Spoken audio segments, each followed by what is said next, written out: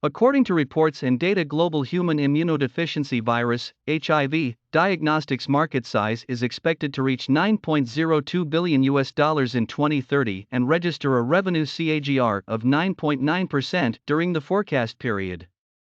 The growing worldwide prevalence of HIV/AIDS, the increasing number of blood transfusions and blood donations, and increasing awareness programs by government and regulatory bodies are some factors that are expected to drive the market revenue growth. HIV attacks and weakens the body's immune system against many infections and can lead to acquired immunodeficiency syndrome, AIDS, when untreated. The virus can be transmitted through contact with semen, vaginal fluids, and infected blood. HIV can be diagnosed through a blood test. Most widely used HIV diagnostic tests detect antibodies produced by the person as part of their immune response to fight HIV. Approximately 1.2 million people in the US have HIV, and about 0.16 million people are unaware of their condition.